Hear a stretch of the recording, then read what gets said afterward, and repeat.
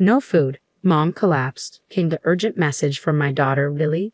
Since my divorce a year ago, my 7-year-old Lily had been living with my ex-wife, Susan. Today, Lily called to tell me that Susan had become dangerously thin and had been hospitalized. Lily, what's happening? I send $2,000 every month. Why? Daddy, please help Mom. The desperation in my daughter's voice spurred me into action. I left work early and rushed to the hospital where Susan had been admitted, praying for their safety as I hurried into a taxi. Upon arriving, I found my daughter in tears beside my mother-in-law. Susan lay in bed with her eyes closed, appearing to be asleep. How is Susan, Mother? I asked anxiously. It's a mess. Hospitalized for malnutrition. Pills are piling up. Malnutrition. She said she was on a diet and hardly ate. I told her many times to eat more. I couldn't believe she had neglected her health to this extent. Daddy, will Mom be okay? Lily's voice trembled with worry. Yes, sweetheart, she'll be fine. She just needs to rest in the hospital, and soon everything will be back to normal. Really? Lily clung to me, her tears quieting as she took comfort in my reassurance. A faint smile appeared on her face, but as I held her, I noticed something unsettling. Has Lily lost weight too? I wondered. That's normal for kids during growth spurts, my mother-in-law said, trying to ease my concern. Is that so? I deeply regretted how ignorant I had been of the well-being of Susan and my daughter. Reflecting on our past, I realized I was the cause of our divorce. Back then, as a salesman in a major corporation, I was so busy that I could hardly come home. I left everything about the house and our daughter to Susan, neglecting my responsibilities as a husband and father. This neglect made Susan deeply upset, leading her to ask for a divorce. After the divorce, Susan and Lily moved back to her parents' home, where her father and stepmother lived. Her parents, who had married later in life, feared being alone in old age, so they welcomed Susan and Lily warmly despite Susan's worries about being a burden. Out of my own will, I sent them $2,000 every month, hoping they would live comfortably. Feeling responsible for our divorce, I decided to do everything I could to support them. Initially, our relationship after the divorce was not bad. We often contacted each other, and I kept up with news about my daughter, who had just started grade school. However, in the past 6 months, I had been so busy that I lost touch with my ex-wife. I couldn't help but wonder what had happened to Susan during this period. As I looked at Susan lying on the bed, emaciated, I was deep in thought, filled with regret and concern for her well-being. Isn't this a bit extreme for a diet? I wonder why she felt the need to lose so much weight. Well, who knows? Maybe she found someone she likes. She's still young, after all. James, you can go home. I'll take care of Susan. All right, I'll head home for today. Mother, it must be hard staying with her. How about Lily? She can come to my place. Ha! Really? I want to go, Lily said, happily squeezing my hand. My mother-in-law immediately responded, I'll take care of Lily here. You're busy with work, James, and she needs to go to school. But Lily says she wants to go. I can drop her off and pick her up from school. You're busy with work, and it's difficult for you to take care of her. Plus, you don't even have custody over her. Her reasoning left me at a loss for words. I see. In that case, when she wakes up, could you ask Susan if she'll let me take care of Lily while she's hospitalized? Regardless of what you say, she's still my daughter. Apologizing to my disappointed daughter, I bowed to my mother-in-law and left the room. Looking back, I regretted not insisting on taking Lily home with me right then. Several days passed since Susan was hospitalized. One evening, after work, I returned home to an unexpected sight. My daughter was there. Lily, did you come here all by yourself? Daddy, she said, looking up at me anxiously. Lily was dressed in the same worn-out clothes she had on at the hospital. A faded t-shirt, scuffed shoes, and her hair, clearly self-tied, was in disarray. It was the same discomfort I felt back in the hospital room. At that moment, consumed by concern for Susan, I hadn't paid much attention. But now, the realization hit me like a wave of failure as a father. Inviting Lily into the house, I offered her a cup of hot milk. Doesn't your mom buy you new clothes or shoes? No, it's not like that. Lily shook her head, seeming to struggle with her words as she looked down. I've been working hard, sending money so you and Mom could live comfortably. Has it not been enough? Dad, that's not it. Lily's voice trembled, her eyes brimming with tears. I placed a comforting hand on her back, silently urging her to speak. After a moment, she seemed to gather herself. taking a deep breath. Grandma does mean things to me and Mom. She barely lets us eat. No way. Is that really true about Grandma? It's true. I manage because I get lunch at school, but Mom's always hungry. That's why she collapsed. And Grandma goes out every night, and when she comes back in the morning, she always badmouths me and Mom. Since we moved in with Grandma, Mom has been treated like a servant every day. Lily's words, punctuated by tears and frustration, hit me like a ton of bricks. Could Susan's malnutrition be caused by her own mother? How could this happen? If I had stayed in contact, maybe I could have prevented this. Feeling a mix of frustration and helplessness, I bit my lip only to feel a small, warm hand gently touch mine. "Dad, don't cry." My heart clenched as Lily bravely smiled at me, holding back her own tears. With her encouragement, I resolved to help my ex-wife and daughter. About a week later, I received a call from the hospital about Susan's scheduled discharge. Normally, the in-laws would have been the first to be informed, but I had made arrangements with the hospital to prevent that. I had become suspicious of my mother-in-law, noticing how she always obstructed my visits with Susan and limited our communication.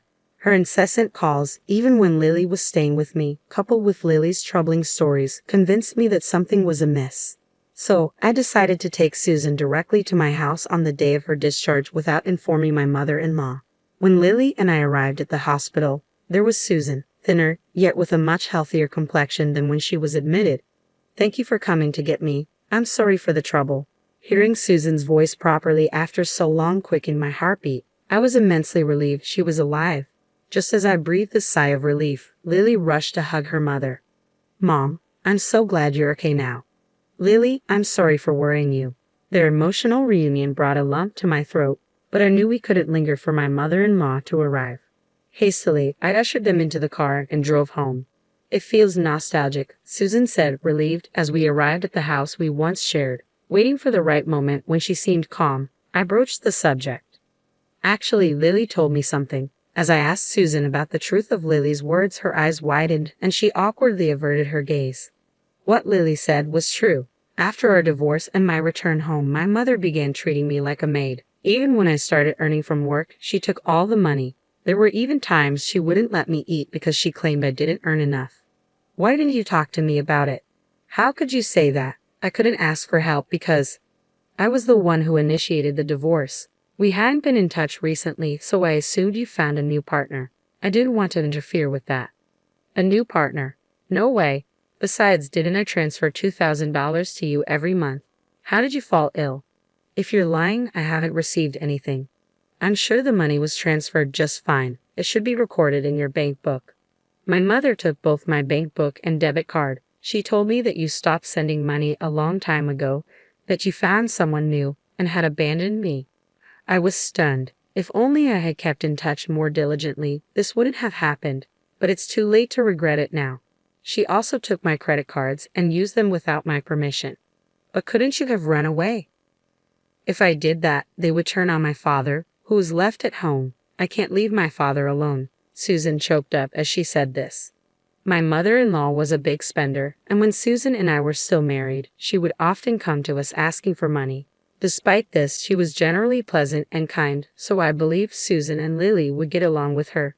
However, the moment Susan moved back home after the divorce, my mother-in-law seemed to transform into a completely different person. She neglected her household duties, spending her days out and taking out her frustrations on Susan and Lily when she ran out of money.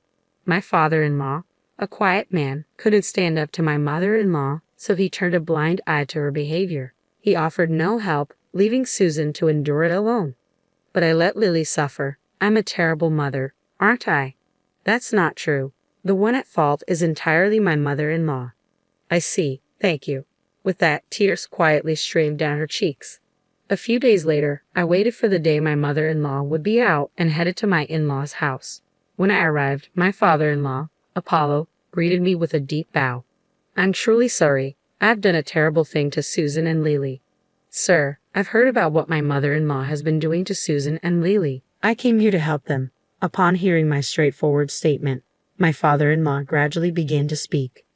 "I noticed what she's been doing, but I turned a blind eye. I grew afraid to speak up as I saw her change day by day. But I can't bear to see my daughter and granddaughter hurt any longer. His voice trembled with regret. Like me, he wished to protect them both. Sir, could you lend me a hand? I requested his assistance in monitoring my mother-in-law's activities, where she went, how she spent the $2,000 I transferred, and how Susan's credit card was used. Subsequently, I also initiated my own investigation into my mother-in-law's actions. Where have you been? The hospital bills were expensive. You really are one hell of a burden. I overheard my mother-in-law's harsh words to Susan during a visit to their home. On another occasion, I accompanied Susan to her parents' house. As soon as Susan entered, I could hear a loud voice berating her. Ignoring my surprise, my father-in-law turned to Susan and asked, "Are you all right?" Susan trembled in fear from the berating. Rubbing her back, I turned my gaze towards my mother-in-law, who froze for a moment before hastily greeting me. "Oh, welcome. What brings you here so unexpectedly?" I just dropped off little Lily at school and thought I could come over to discuss some matters regarding Susan and Lily without having Lily present. Hope I'm not intruding. Oh, a discussion about what, I wonder? As you can see, we're getting along quite nicely. Saying that, my mother-in-law tapped Susan's shoulder, to which Susan clearly showed her discomfort. Already seated on the living room sofa was my father-in-law. I pulled Susan close, sitting down nearby. I've been transferring money to Susan's account to help out even a little bit after our divorce. Is it true you were using up all the money? What? What money? I know nothing about it. Susan's probably trying to cover up her frivolous spending by blaming me. I wonder where the $2,000 every month is going. What a terrible daughter. As expected, my mother-in-law feigned ignorance, attempting to shift the blame onto my ex-wife. She likely thought she could evade responsibility, but I exchanged a glance with my father-in-law, who quietly nodded. The moment for retribution had arrived.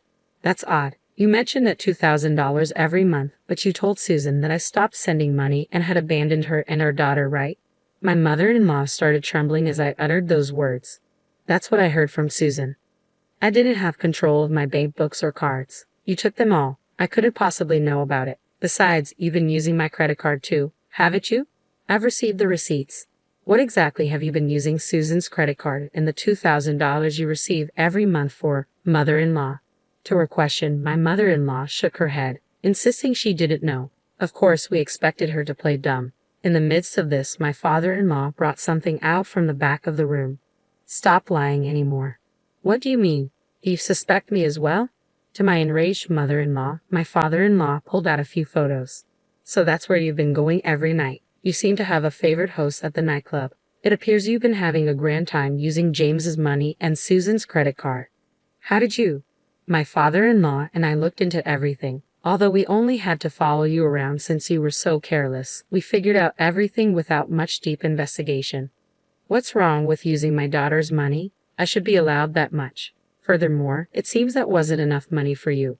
You've been tricking money out of widowed men like my father, almost akin to marriage fraud, haven't you? Shut up. It's the victim's fault for being fooled. As we presented the evidence, my mother-in-law brazenly shrugged it off. I thought this man had money when I married him, but it turns out he didn't have much. Luckily, my daughter Susan has been a great contributor. Haha, men at the local senior centers are so easy. All it takes is a soft voice to have them smitten. Hearing this, my father-in-law's jaw dropped to the ground. Susan and I were at a loss for words. We're calling the police. No, anything but that. At the mention of the police, my mother-in-law turned pale, but I went ahead and called them. Why would you call the police? This isn't looking good for me. So you're aware that what you've done is wrong. Just don't call the cops. I apologize for everything. Forgive me. Judging from your attitude, it seems like you've done this before. Don't worry, we'll have the police conduct a thorough investigation. My mother-in-law, pale of face and shaking, was taken away by the police officers who arrived shortly after. Apparently, my mother-in-law was arrested on charges of marriage fraud, and it seems like several people were demanding repayment for their money. Naturally, my father-in-law divorced her.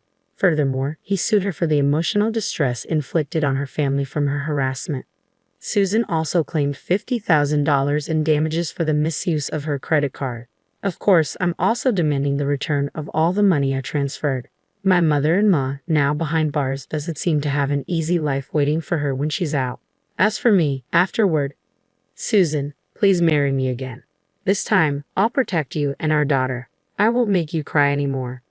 We had once stumbled through a misguided marriage, but this incident made me realize the true value of my ex-wife. Hearing my words, Susan cried, thanked me, and held my hand tightly. Now our family is embarking on a fresh start. This time, I will safeguard this happiness with all my heart.